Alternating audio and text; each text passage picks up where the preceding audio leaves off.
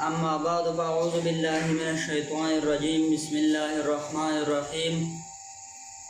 قال الله تبارك وتعالى في قرآنه المجيد أعوذ بالله من الشيطان الرجيم وأن هذا صراطي مستقيما فاتبعوه ولا تتبعوا السبل وقال النبي الأكرم صلى الله عليه وآله وسلم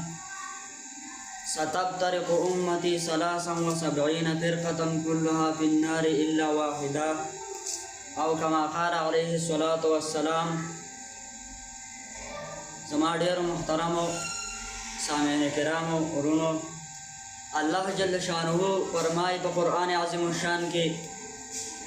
وأن هذا صراطي مستقیما، بېشکه دغه لاره چې ده نو دا زما لاره ده او برابره لاره ده. تاسو د دغې لارې تابعداري وکئ او تاسو د نورو لارو نه ځان وساتئ او د هغو نه په هغو پسې مه ځئ، د هغو نه ځان وساتئ. هغه ګمراهې لارې دي. نو هلته په قرآن عظیم الشان کې یوه لاره راغل ده، یوه ذکر شوې ده، زیاتې نه دي ذکر شوي. غیر چې دي نو هغه باطلې دي او ګمراهې دي، فاسدې دي. او دارنګې رسول الله صلی الله علیه و آله وسلم مبارک هم په حدیث شریف کې فرمایي چې زما دا امت به په آخره زمانه کې دا فرقې فرقې شي، تر دې پورې چې 2 فرقې به جوړې شي زما په امت کې. نو په دې کې چې دی نو دا ټولې فرقې چې دي دا ټولې به په جهنم کې وي، دا به ګمراهې وي، فاسدې وي، غلطې وي. یوه به په هغې کې چې دی نو هغه به ناجیه وي. نو صحابه کرامو عرض وکړو چې یا رسول الله صلی الله علیه و آله وسلم مبارک هغه یوه فرقه چې ناجیه ده هغه څوک دي؟ نو نبی اکرم سید عالم صلی الله علیه و آله وسلم مبارک ورته وفرمایل چې هغه ناجیه فرقه چې ده نو هغه اهل سنت والجماعت دي. او داسې وفرمایل چې ما انا علیه و اصحابي. او په بعضې نور روایاتو کې هم داسې راځي چې هم اهل سنت والجماعت، هغه اهل سنت والجماعت دي. نو اهل سنت والجماعت څوک دي او هغه ناجیه فرقه څوک ده؟ نو زما عزتمندو هغه یوه لاره چې ده نو هغه صحیح ده او هغه د صحابه کرامو طریقه ده او لاره ده او د نبي علیه الصلاة والسلام مبارک لاره ده، د هغو مبارکانو لاره ده او صحیح طریقه ده او صحیح لاره ده.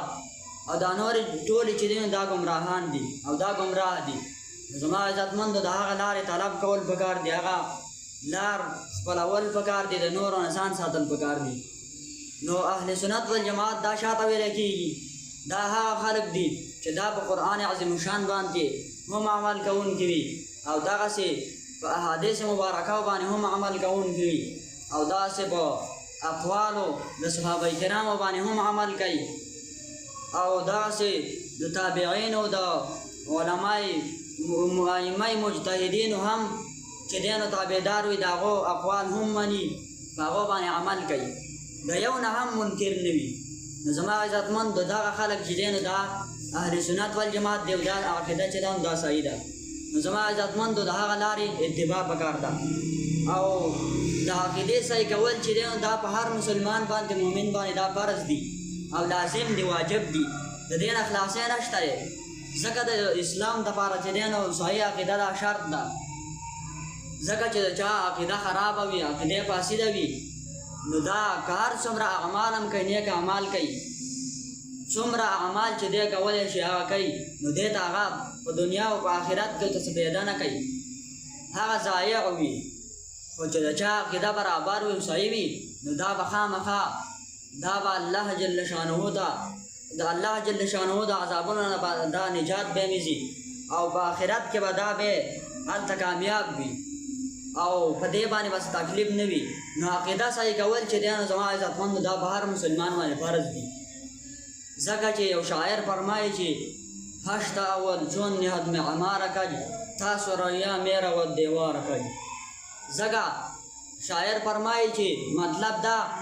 چې هر هغه څوک چې یو آبادي جوړوي، یو کور جوړوي، دا چې د اول نه دا صحیح ونه کړي، غلط یې کړي، خراب یې کړي، ګډه وډه یې کړي، دا څومره آبادي وکړي، لوړ دیوالونه جوړ کړي تر اسمان پورې، نو دا به خراب وي او دا به رالویږي او دا به صحیح نه وي. داسې د عقیدې مثال هم دی، د چا عقیده خرابه وي، صحیح نه وي، عقیده د کفر او د بدعت او د شرک وي، نو دا کار څومره اعمال کوي، که علم کوي، دغسې که جهاد کوي که حجونه کوي نفلونه کوي روژې نیسي نو دې یو عمل چې دی نو دې ته څه فایده نشته او په آخرت کې به دا به حیران ولاړ وي او دا به چې دی نو ټول عمر په عذاب کې وي. زما عزتمندو د عقیدې صحیح کول چې دا په هر مسلمان باندې فرض دي. نو د اهل سنت والجماعت دپاره خپل یو څو عقاید دي، دغسې زیات عقاید دي، هغه به انشاءالله تعالی بیا په بل وخت تاسو ته بیان کړم.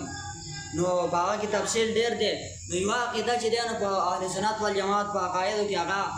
یو دا هم ده چې علم غیب عطوایي چې دی نو دا ثابت دی انبیا علیهم السلام ته. نو علم غیب چې دی نو دا ثابت دی په کتاب الله سره او په احادیث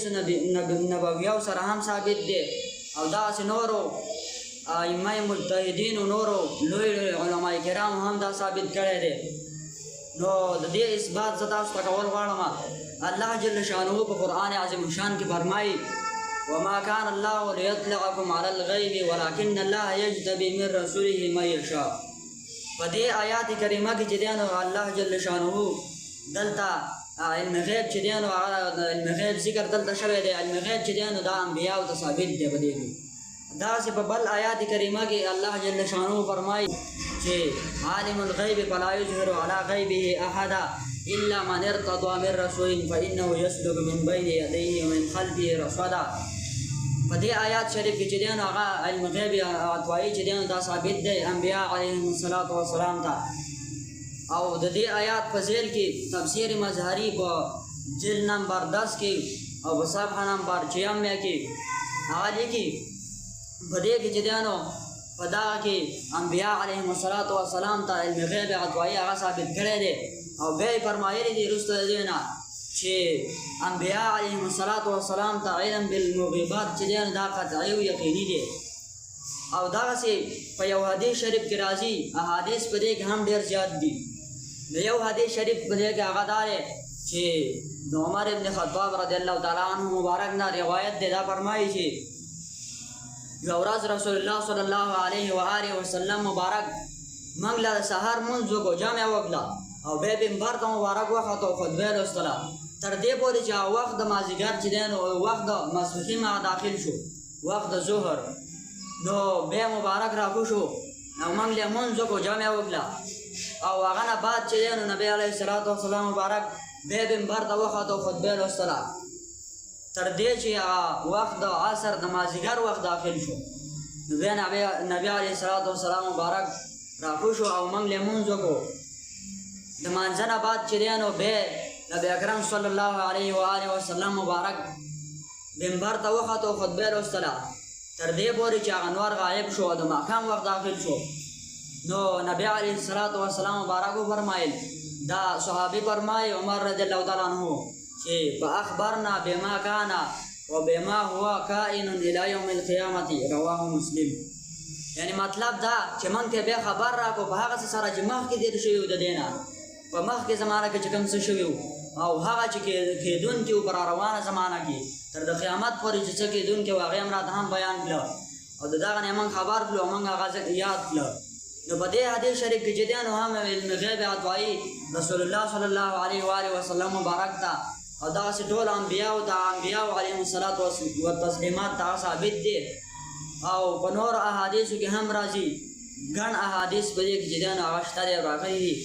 زما عزتمندو دا ثابت دی په قرآن عظیم الشان سره هم او دغسې په احادیثو سره هم.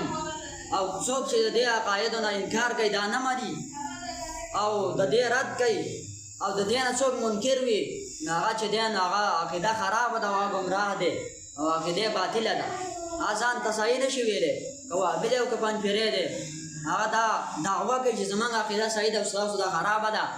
او د دې عقایدو نه منکر دي چې علم غیب عطوایي دا نشته دی انبیاو ته او هغه نه پوهېږي نو دا عقیده چې ده دا خرابه ده ځکه چې دا د قرآن عظیم الشان د آیاتونو نه هم انکار دی او داسې د رسول الله صلی الله علیه و آله وسلم مبارک د احادیثو نه هم انکار دی. نو زما عزتمندو د دې نه انکار چې دی دا کفر دی او دا عقاید چې دی دا ثابت دي. داسې نور ګڼ احادیث چې دی دا موجود دي په دې کې او نور عقاید چې دی نو هغه هم ثابت دي دغسې په قرآن عظیم الشان او په احادیثو سره هغه عقاید د اهل سنت والجماعت دي او هغه صحیح عقاید دي. د هغو نه هم چې دی نو دا ګمراهان دا منکر دي دا نه مني لکه بعضې د هغې نه چې دی نو دعا بعد السنه شوه او دغسې تبرک به آثار صالحین او نور چې دی نو ګڼ عقاید دي هغه عقاید چې څوک مني د هغو تابعدار وي او د هغې اتباع کوونکی وي نو هغه کس به چې دی نو هغه به دا عقیده بیا صحیح ده او هغه د اهل سنت والجماعت په عقیده باندې روان دی زما عزتمندو د عقیدې صحیح کول په هر مسلمان باندې فرض دي او د دې نه خلاصی نشته دی د چا چې عقیده خراب وي نو